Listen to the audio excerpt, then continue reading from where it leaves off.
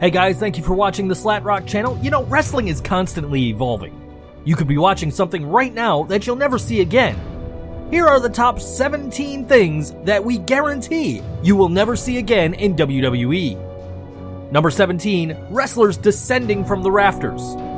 When people think about wrestlers descending from the rafters, at least in WWE, there are three images. The first is the boyhood dream coming true at Wrestlemania 12 with Shawn Michaels and his grand entrance rappelling from the rafters. The second is when Undertaker descended from heaven on bat wings during Survivor Series 1996. The dead man made a memorable ring entrance for his match against Mankind. And the third is, of course, the Owen Hart tragedy when he fell to the ring at Over the Edge 1999 and was later pronounced dead. WCW was willing to take the risk with Sting, but WWE never risked having a wrestler descend from the rafters and likely never will again. Number 16, sex-related storylines. Live sex celebrations and hot lesbian action? Check. Chopping a man's penis and getting frisky with a transsexual? Check. Sable revealing her hand-painted breasts and pimps using their workers as a means to win matches? Check. These highly sexual angles have all existed at some point within WWE, and sometimes they also had a touch of humor in them, surprisingly. Now, let's recollect meat. Yeah, you heard me right, I said meat. During 1999, Vince wanted Sean Stasiak to play this character where he was a piece of meat for the Pretty Mean Sisters, a trio comprising of Terry Runnels, Jacqueline, and Ryan Shamrock. Coming to the gimmick, the guy would go out to the ring to have matches, and he would be drained very quickly because he was busy having sex with the PMS girls before the match. Like, seriously, Vince. Guys, this is the best part. During his matches, he would even complain about being hot or sweaty, so Terry would dump ice or water on him to cool him down. Yet another sex comedy. Hey, remember Shaniqua? She was the manager for the Bashams. During 2003, she received a clothesline from hell from JBL, and not to mention, she was laying motionless in the ring, and fast forward a month later, she returned on TV with breast implants. Shockingly, WWE writers made her use it as part of the storyline. During her promo from No Mercy 2003, she said, "It's going to take a lot more than a clothesline from hell to keep Shaniqua down. I'll tell you what it did do this." The camera then focuses on her breasts. "Look at the swelling in my chest, it's permanent. The doctor said this may be permanent." The Bashams celebrated that news like a pair of guys that have never seen breasts before. Yes, folks, such angles existed in WWE, but thanks to the strict PG-era guidelines, they are off the table. Sorry, Jerry, no more puppies for you. Number 15, gay jokes. Heels need to be bullies to get heat, but there are some places even the baddest of bad guys won't go. Homophobia is definitely one of those places. It may have taken them a long time to get there, but the WWE has made real strides away from the early days of Goldust, who made a face turn by declaring he was straight. Nowadays, the bashing of homosexuality is not welcomed by most social groups. Not that it was acceptable back then, but it has been brought to light more prominently in recent years thanks to political and social movements. Gay jokes will not be seen or heard again in WWE as the company employs those who identify as such and must maintain their level of lowered hatred. I wonder what Pat Patterson's doing right now. Number 14, an Austin McMahon type rivalry. The classic rivalry between Stone Cold Steve Austin and Mr. McMahon broke all the box office records of WWE in the Attitude Era. The concept of the rich boss trying to stamp his authority on his employee was a big hit with wrestling fans. WWE can try to replicate this rivalry all they want, but it just won't happen. It can't happen again. The angle felt so real, and Austin was such a badass who seemed genuinely to hate his boss. Vince, for his part, was an awful human being who deserved the punishment Austin dished out. It won't happen again because people are tired of seeing them try to replicate it. The faces they use are never as over as Austin was, and the heels are never as bad as Vince was. Vince was also willing to take his share of humiliation. Stephanie and Triple H love humiliating others but rarely get humiliated themselves, and fans just can't get into it. Of late, even though we have seen Daniel Bryan versus Triple H and very recently Roman Reigns versus Vince McMahon, there is nothing quite like Austin McMahon. Number 13, racially charged groups. WWE has a slightly deserved reputation of being just a little racist. They've explored both ends of the spectrum with both white and black racially charged groups, the most well-known of which is the Nation of Domination.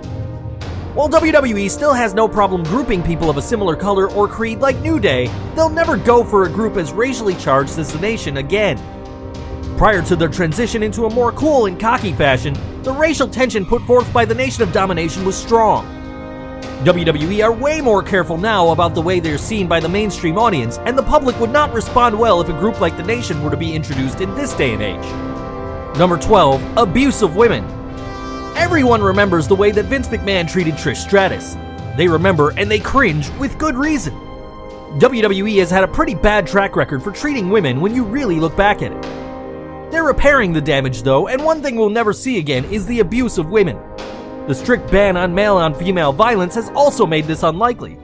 WWE toed the line with the Daniel Bryan and AJ Lee storyline and the Rusev and Lana storyline, but they've never gone full force with domestic abuse and never, ever will. Number 11, pregnancy angles. There's one major problem with every single pregnancy angle in the WWE. The baby will never be born. Almost every pregnancy angle they've ever had has ended in disaster with kayfabe miscarriages, or stupid comedy like an 8x10 of Shawn Stasiak and Mae Young giving birth to a hand. Remember Lita's miscarriage storyline involving Kane and Gene Snitsky? Miscarriages are in very poor taste, and so the only way we'll see another pregnancy angle in WWE is if one of the women legitimately gets pregnant and they turn it into an angle. Number 10, great commentary. When Vince McMahon and Ted Turner were going head-to-head for television ratings, members from both promotions were working 24/7 to win over each other. Two such prominent members were good old JR Jim Ross and Jerry the King Lawler. Ross was the voice of Monday Night Raw throughout the Monday Night Wars alongside Jerry the King Lawler, and cemented his legacy as one of the great wrestling commentators as WWE became the sole major wrestling promotion in North America. They called many classic matches during and after the Attitude Era. The main reason for their success is that Jerry was always a heel and Jim was always a face. They've maintained their on-screen characters for most of their career. They transformed good matches into great matches and even elevated characters of a few wrestlers. It still brings chills when JR says, "Oh my god, it's Austin!" or the famous line, "Stone Cold! Stone Cold!" That all changed in 2008 when Ross was drafted to SmackDown and Michael Cole took his place as the lead Raw announcer. Fast forward to 2016, the commentary team lacks power, and most importantly, we don't know when JBL's a heel and when he's a face. Let's see what we have in store for the new era. Number 9, comedy gimmicks. God bless Vince McMahon's creativity.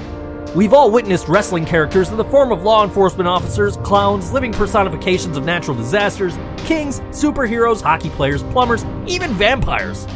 Thanks to the evolution of pro wrestling and changing times, these gimmicks probably won't appear again. Number 8, bleeding rules. Back in the 80s and 90s, red meant more green, but not anymore. In 2015, The Undertaker and Brock Lesnar faced off in a Hell in a Cell match where both participants were busted open. A WWE doctor had to intervene in the match to take care of Lesnar. Apparently, Vince McMahon was upset about the amount of blood that was shed during this match, as bleeding is no longer acceptable in WWE.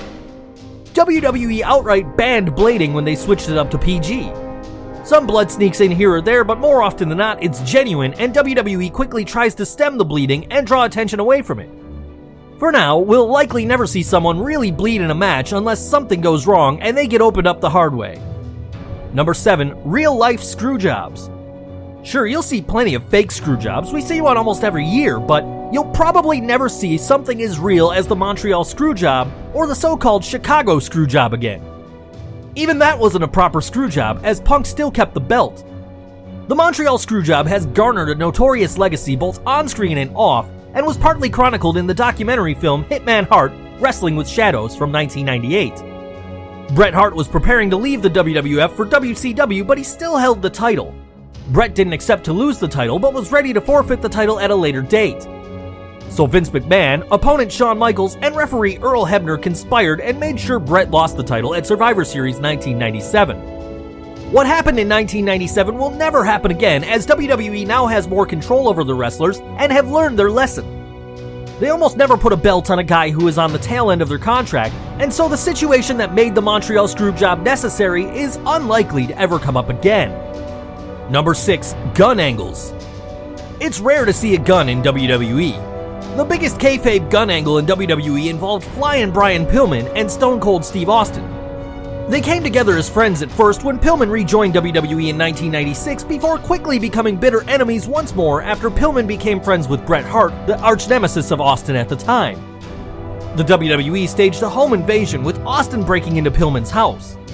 Austin was assaulted by Pillman's friends, but he fought them off and advanced on the injured Pillman.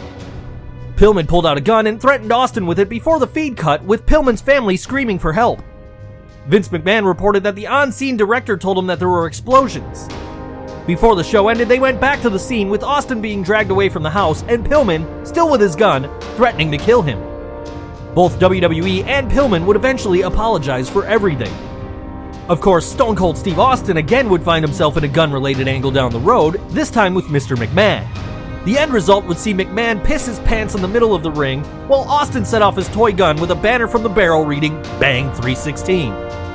Most importantly, and keeping in mind what happened in Orlando recently, WWE will never touch a gun angle ever again. Folks, this is the end of part 1, and please expect part 2 tomorrow. If you like this video, don't forget you can hit that subscribe button and get more videos just like this one. You can follow us on Facebook, Twitter, and Google+, and as always, thanks for watching.